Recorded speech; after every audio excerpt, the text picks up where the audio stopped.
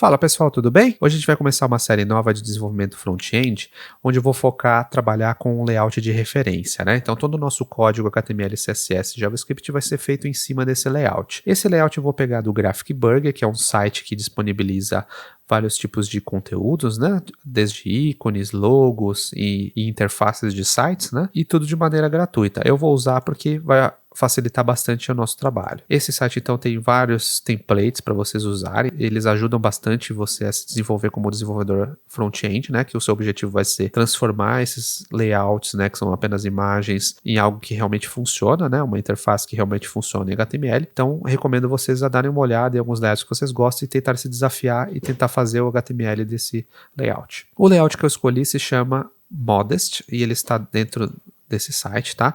O arquivo é um PSD. PSD é um arquivo de Photoshop, né, da Adobe, que é o software que a gente vai usar para traduzir esse layout em código. É importantíssimo saber Photoshop na área de desenvolvimento front-end. A maior parte dos designers usam Photoshop para criar layouts. No site você consegue baixar, como eu falei, gratuitamente, né, o layout, tá? Só que eu vou passar para vocês um link de uma versão levemente modificada desse layout, que é um layout bem bonito e tal. Dei uma simplificada em alguns elementos para facilitar o entendimento dessa nossa aula, tá? Para não ficar com muito conteúdo. Eu vou passar esse link da minha versão modificada embaixo do vídeo, tá? Então vocês podem baixar o arquivo e abrir no Photoshop de vocês. O arquivo que vocês baixarem vai ser esse aqui, tá? E quando você abrir ele vai estar mais ou menos assim, né, com essas guias aqui aparecendo, tá? Que esse layout é feito no grid de 12 colunas, mais para frente eu falo um pouco sobre isso. Mas se você quiser esconder essas guias, né, Ctrl, ponto e vírgula. Ctrl, ponto e vírgula faz aparecer ou desaparecer essas guias. Então eu vou ensinar alguns recursos do Photoshop básicos para a gente conseguir entender como fazer esse layout virar um código HTML. Então não tem um botão mágico, tudo eu vou ter que fazer no código, é como se eu estivesse redesenhando tudo que eu estiver vendo aqui. Então a primeira coisa para a gente fazer aqui é dar uma olhada nesse nosso layout e ver o que ele tem. Então a gente vê que tem um menu de navegação, bem parecido com o que a gente fez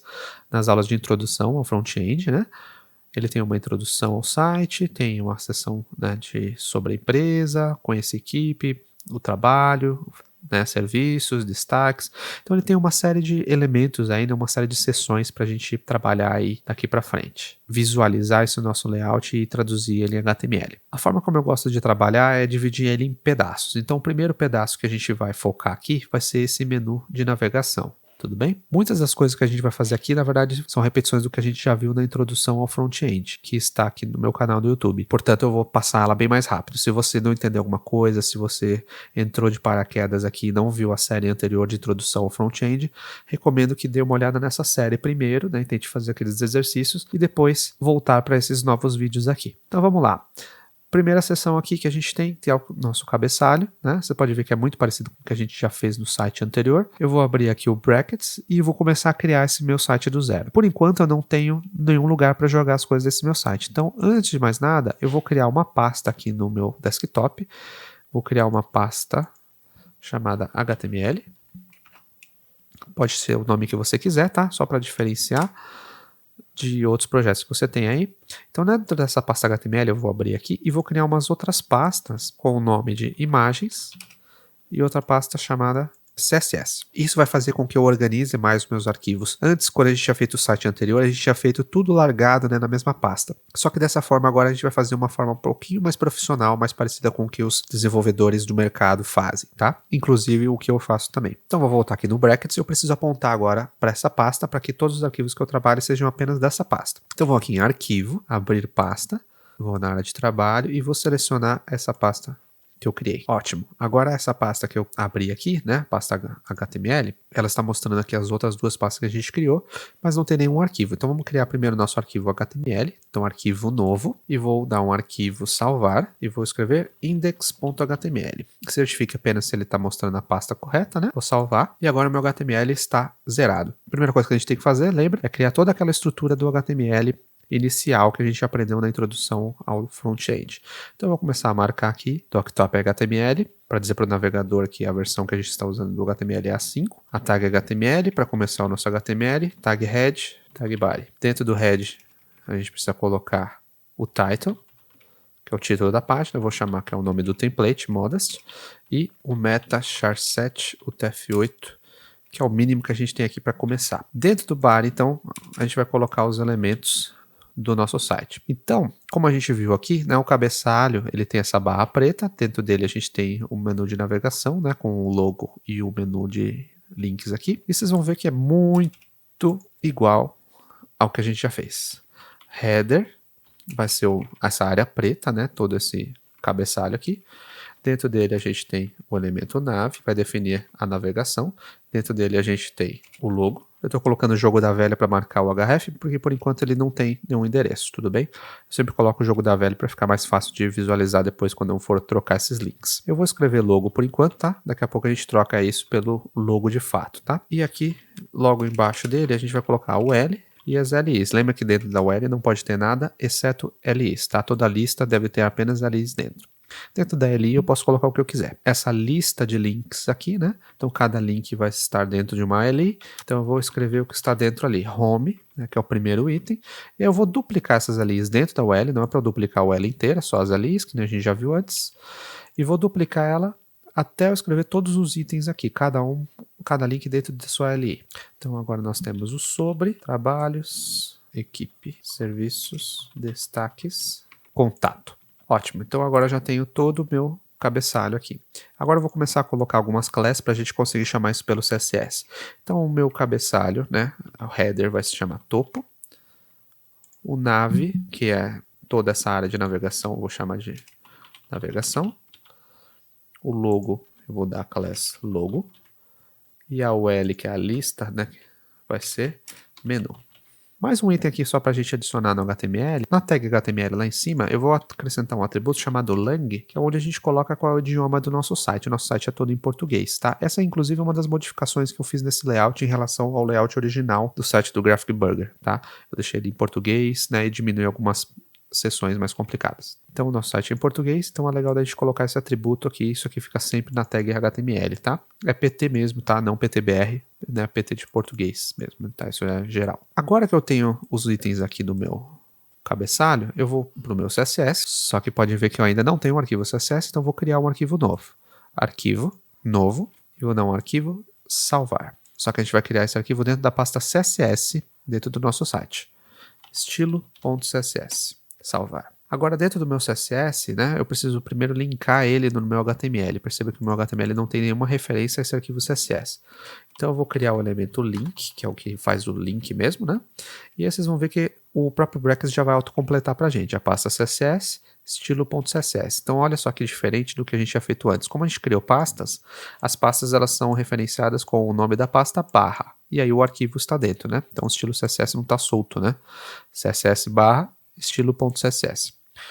E dentro do elemento link eu tenho que colocar o rel style sheet, que fala que tipo de arquivo é esse que está sendo vinculado a esse HTML. Então no caso o style sheet é o arquivo CSS. Tudo bem? Voltando para o CSS, a gente vai colocar algumas coisas padrão aqui, que a gente já fez nos exercícios anteriores. Box size em border box. Isso faz com que os elementos que tiverem largura e altura definidas não conflitem com os paddings, né, que a gente dá para esses elementos. Eles não vão aumentar de tamanho, né, vão sempre ficar do tamanho que a gente der. E margem zero. Isso vai fazer com que todos os elementos da página fiquem sem margem, tá? É muito melhor a gente colocar margem conscientemente do que o navegador ficar colocando espaçamento sem a gente pedir. Tudo bem? Vou voltar aqui na minha pasta e vou tentar abrir esse site aqui para a gente ver como é que ele ficou no navegador. Lembre de salvar o HTML e CSS, tá? Abrir com, vamos abrir no Google Chrome e ele vai ficar mais ou menos assim, né? Vocês podem ver que não é muito empolgante aqui, não tem nada demais nesse nosso site, mas já percebe que o title aparece no menu, o nosso logo está aqui e tem a lista no menu, mas está tudo aqui, aquilo, header, nav, está tudo aqui dentro. Ótimo, agora aqui dentro do nosso layout, né, do nosso PSD, a gente pode começar a identificar alguns elementos aqui. A primeira coisa que a gente vai notar, né, e para quem não tinha fonte instalada quando abriu o layout do Photoshop, ele provavelmente ficou alertando para vocês que as fontes não estavam instaladas no computador. Isso é totalmente normal, isso acontece quando eu clico também com a ferramenta de texto, né, que é essa ferramenta T aqui do lado esquerdo, em qualquer um dos textos do nosso layout. Ele vai sempre falar que a fonte não está instalada. Então, guarde na sua cabeça que fonte é essa. Inclusive, recomendo você ir clicando em vários textos aqui dentro do seu layout, né, para você ver que fonte que é essa que está sendo usada.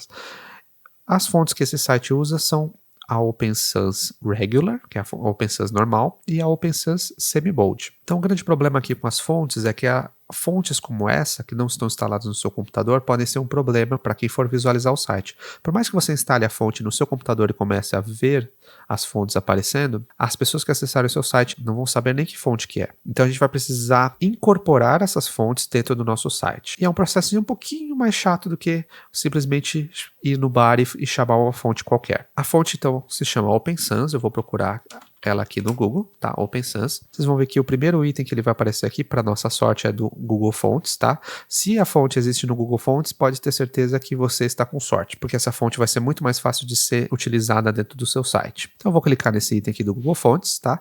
Eu não vou precisar nem baixar essa fonte nem nada. Então a gente vai escolher as duas fontes aqui do Open Sans que a gente precisa. A gente precisa da Regular, então eu vou clicar no Select the Style aqui.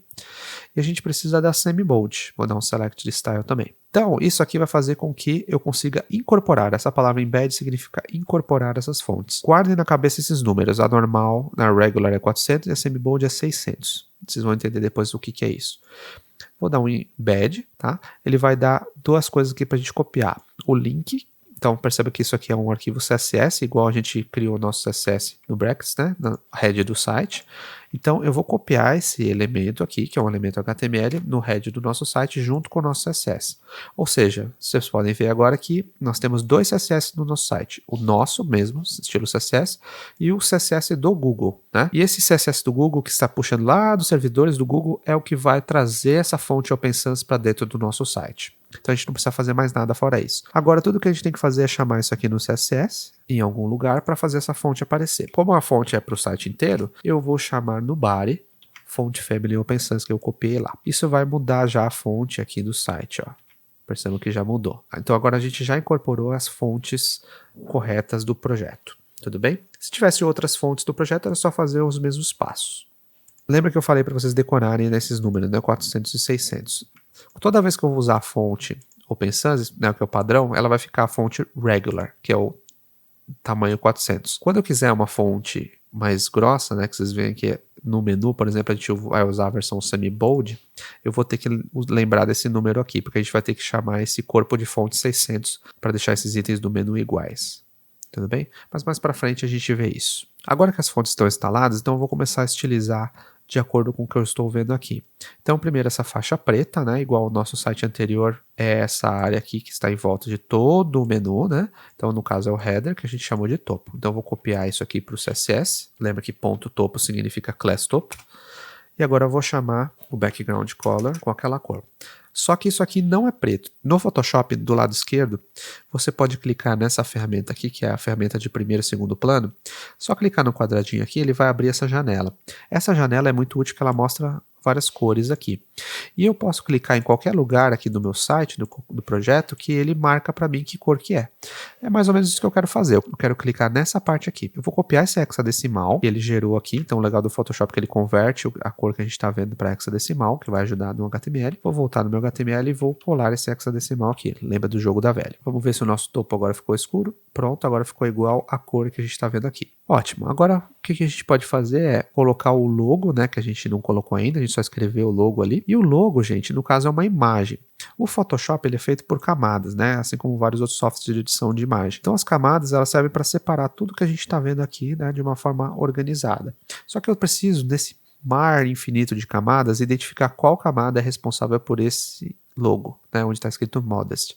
Um jeito fácil de fazer isso é clicar aqui do lado esquerdo, nessa ferramenta aqui, que é a ferramenta de mover, né? Você vai clicar em seleção automática por camada, se certificar que ela está selecionada, tá? E aí é só você clicar em cima do logo. Você vai ver que ele já vai marcar aqui, vai selecionar qual que é o logo. Tá bom? Essa camada então é a responsável por mostrar o logo. Agora, como eu selecionei e isolei a camada, eu vou clicar com direito nela e vou clicar para salvar como PNG.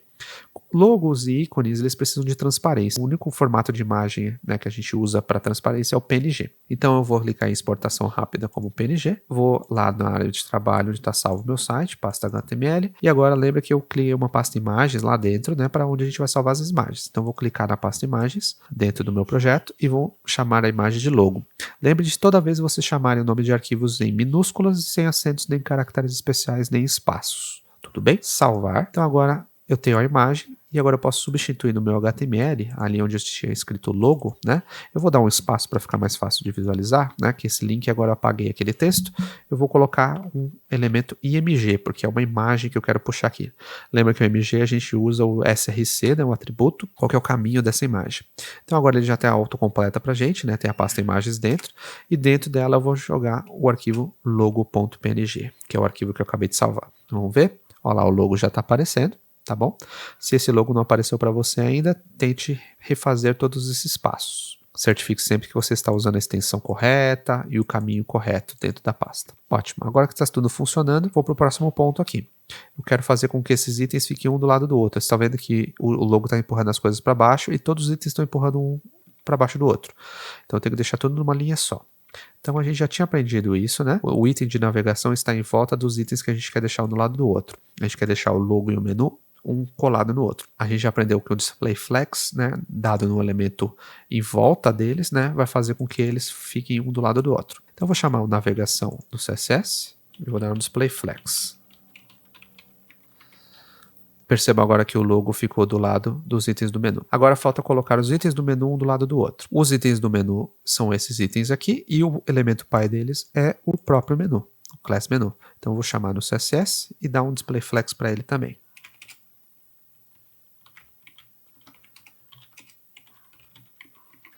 Ótimo, agora os itens ficaram um do lado do outro. Agora vocês podem ver que eles ainda continuam com aquelas bolinhas malditas, né? Porque eles são uma lista. Então vamos falar para o menu tirar essas bolinhas do inferno. Pronto. Tiramos aquelas bolinhas, agora os itens do menu não tem mais bolinhas, só que eles continuam azuis horríveis, né? E você vê que eles têm outra cor aqui. Então, para chamar esses itens aqui, lembra que eles são links, né? Não adianta eu chamar o menu que eu não estou chamando os links, eu estou chamando só a caixa em volta. Se eu quiser chamar os links, né, que estão dentro do menu, basta eu chamar menu A. E agora eu posso dar a cor que eu quiser, né, as propriedades que eu quiser. Para saber a cor, eu não recomendo, no caso de textos, você usar a mesma estratégia de antes, né, de você abrir a cor de primeiro plano e ficar tentando clicar em cima dos textos. O que eu recomendo é você pegar a ferramenta UT, né, a ferramenta de texto, né, de edição de texto do Photoshop aqui na barra de ferramentas e clicar em cima dos textos. Quando você clicar em cima do texto, ele vai, lógico, te alertar que fonte que é, então a gente já sabe que é semi-bold, mas mais importante, lá em cima ele vai te mostrar o tamanho da fonte e a cor da fonte. Se não estiver aparecendo para você em pixels, isso é um grande problema, quer dizer que seu Photoshop está configurado diferente. Para trabalhar com web, a gente sempre vai trabalhar com pixels. Então como que a gente faz isso? Vamos em editar, preferências, unidades e réguas. Isso vai fazer com que eu consiga mexer nas unidades, né? Então eu vou deixar aqui as unidades, réguas e texto, pixels, tá? Isso é super importante porque senão a gente vai ver as medidas erradas. Fazendo essa troca, dá um OK, vamos voltar aqui. Então ele vai mostrar 14 pixels e aqui do lado, ó, vocês podem ver que nesse retângulo ele tem a cor do texto. Eu vou clicar e ele já mostra pra gente a cor, não preciso nem clicar em nada, certo? Eu vou copiar o hexadecimal, vou jogar ele aqui. Ó, perceba que agora os links estão com a mesma cor. Só que os links aqui, né, no menu eles são em caixa alta. Não tem problema eu ter escrito diferente. Isso é um recurso que a gente usa pelo CSS mesmo, para deixar em caixa alta. Então, a fonte a gente já tinha visto que era 14 pixels. Para deixar em caixa alta, text transform, uppercase. Então, isso vai fazer com que os textos fiquem em caixa alta, em maiúsculas. E agora falta tirar esse sublinhado que ninguém pediu. Text Decoration None, que a gente já tinha visto nas aulas anteriores. Então pronto, agora temos os links todos aqui sem aquelas decorações. Agora para a gente deixar o menu mais parecido com o que a gente tem aqui no layout, a gente vai fazer o seguinte, a gente vai acrescentar esses espaçamentos em cima e embaixo aqui. A melhor forma que eu normalmente uso, né, que eu acho muito mais prática de saber quantos pixels tem de distância para alguma coisa, é usar a ferramenta de seleção. A ferramenta de seleção, quando a gente cria uma seleção, ele mostra para a gente a largura e a altura dessa seleção que eu estou fazendo. Então, para mim, ele ajuda muito a achar as medidas aqui de um elemento para o outro. Então, ó, vocês podem ver que do topo do site até essa borda, o limite dessa borda aqui, dá mais ou menos uns 25 pixels. Então, eu vou identificar aqui que a caixa preta, né, o topo, né, no caso, é o responsável por dar esse espaçamento para dentro. Então, eu vou colocar um padding top de 25 pixels e um padding igual para baixo, 25 pixels na barra preta. Então a barra preta agora vai criar esse espaçamento, já fica bem melhor. Agora o meu menu precisa ir lá para o lado direito, né? Lembra como é que faz isso? A gente chama o menu, que é essa lista, né? Essa lista aqui é o que tem que ficar separado, né, do logo. Então o menu a gente vai colocar margin left alto, que aí ele calcula automaticamente o espaço necessário para ser jogado para o outro lado. Ótimo. Agora, para estilizar esses elementos aqui, a gente tem que identificar aqui esse recurso aqui que o designer usou, né? Ele está mostrando que quando a gente passar o mouse em cima, é para esses itens ficarem com essa borda em volta.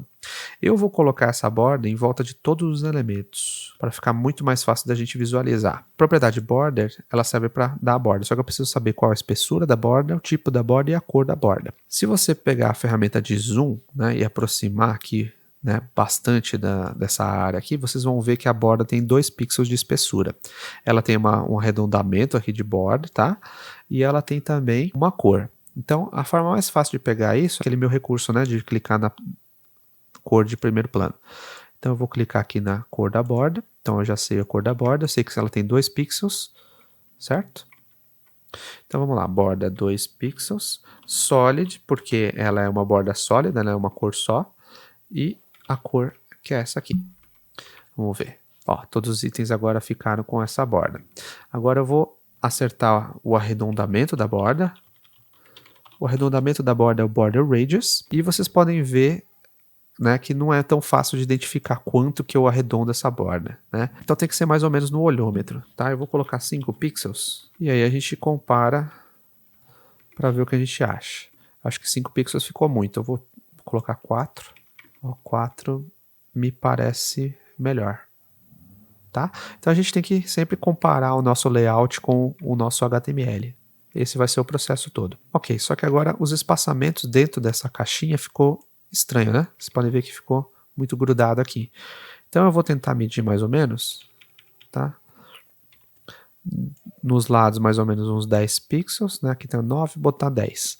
E aqui em cima, eu sempre recomendo vocês não grudarem assim, né, para você medir a borda, porque normalmente os textos eles ocupam uma área maior por causa da altura de linha. Então sempre dá um espaçamento um pouquinho menor, tá? Tipo mais ou menos assim. Acho que uns 4, 5 pixels já é suficiente. Então 10 pixels dos lados e 5 pixels em cima. Então a gente vai colocar no menu A, padding top 5 pixels, padding bottom 5 pixels para cima e para baixo, padding left esquerda 10 pixels, padding right 10 pixels, tá? Isso para a direita. Então isso vai adicionar esses espaçamentos, você já vai ver que ficou melhor. Em cima e embaixo eu acho que ficou um pouquinho, se você comparar, acho que ficou um pouquinho demais 5 pixels, então eu vou diminuir para 4. Tá? Coisa parece que é bobeira, gente, mas dá diferença, ó. Vocês podem ver que fica mais parecido com o layout, tá? Então todo o tempo todo a gente vai ficar comparando para ver se fica o mais próximo possível do layout. E eu só acho que agora eles estão muito grudados, né? Eu sei que depois a gente não vai ver as bordas, mas é bom a gente dar um espaçamento entre elas. Então a gente pode pegar os links e colocar um margin left, botar uns 5 pixels, só para eles não ficarem tão grudados. Aí, já tá ótimo. Então o margin left é o espaçamento para fora, o padding é o espaçamento para dentro da caixa onde está a borda, e o margin é o espaçamento para fora daquela borda, tá bom? Então isso faz com que os itens fiquem mais espaçados, e tanto para dentro quanto para fora. Ótimo, só que aí isso só deve acontecer quando eu passar o mouse em cima. Como que eu resolvo isso? Primeiro, eu tenho que criar uma chamada aqui só para quando eu passo o mouse em cima. Isso a gente também já aprendeu. É só chamar o menu A de novo, só que hover. Então lembra, o que a gente quer mudar quando a gente passa o mouse em cima? Eu quero mostrar a borda, certo? Por exemplo, a cor vai ser igual, o tamanho da fonte vai ser igual, eles vão ser em caixa alta também, vão ficar sem sublinhado. O que vai mudar é que a gente vai acrescentar a borda, né, os espaçamentos, etc. A gente vai colocar tudo isso depois. A margem também a gente não vai mudar. Então eu vou tirar esses itens daqui e vou colocar no hover. Tá? Só modifiquei, tirei daqui e coloquei aqui. Então vou deixar o espaço até para vocês verem da onde eu tirei. Então todos os itens vão acontecer no hover. Só que o que acontece? Isso vai resolver esse pequeno problema aqui. Mas olha só, como a gente tirou os espaçamentos, certo? Também, agora os itens ficaram assim, ó. Né? Ficaram sem aqueles espaçamentos internos. Então eles ficaram todos grudados, né? Diferente do que a gente está vendo no layout. Eu preciso prever esse espaço da borda antes. Então eu vou voltar os paddings, né, que a gente tinha colocado, eu vou voltar eles para cá. Ótimo. Então os paddings agora ficaram melhores, ficaram mais parecidos com o nosso layout. Beleza. Só que agora se eu passar o mouse em cima, ele vai acrescentar aqueles 2 pixels da borda e vai dar essa sambadinha, tá vendo? Então para isso não acontecer, eu vou voltar, tá? Não me xinguem. Eu vou voltar a borda para cá, como estava antes. Só que o que eu vou mudar? Eu vou copiar, tá? Vou dar um Ctrl C nesse hexadecimal, que é a cor da borda, e vou apagar. E vou transformar em Transparent. Ou seja, isso vai fazer com que todos os itens, todos os links tenham a borda, mas não mostrem a borda, né? As bordas vão ser transparentes. Ó. E no Mouse Over, eu vou simplesmente acrescentar uma propriedade chamada Border Color, tá? Que é a propriedade dentro da borda separada. E eu vou colar aquele hexadecimal, ou seja, só vou trocar no Mouse Over a cor da borda e não a borda inteira. A borda já está lá, só está transparente. Vamos ver? Passei o mouse, pronto, resolvido. Ótimo. Agora eu preciso resolver de deixar o nosso site mais para o meio, né? Vocês podem ver que aquelas guias, né? Ctrl, ponto e vírgula, mostra as guias de novo. Todo o nosso site está dentro dessas guias, ó. Pode ver que todo o conteúdo do site sempre segue essas guias. Só essas cores de fundo que ficam para fora. Mas todo o conteúdo sempre fica alinhado. Isso é para manter o padrão para todo o site e para ter certeza que ele vai ficar ótimo em todas as resoluções. Então, o nosso site aqui, como ele está espaçado, a gente precisa diminuir esse tamanho.